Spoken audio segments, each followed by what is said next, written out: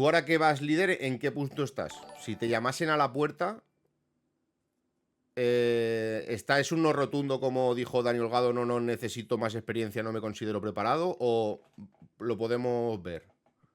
No, yo creo que si tuviera algún día una oferta, la aceptaría. La aceptaría porque al final es el sueño que he tenido desde siempre, ¿no? Y llegar a MotoGP. Y si ya un equipo contacta contigo es porque te ven preparado para dar el salto a MotoGP.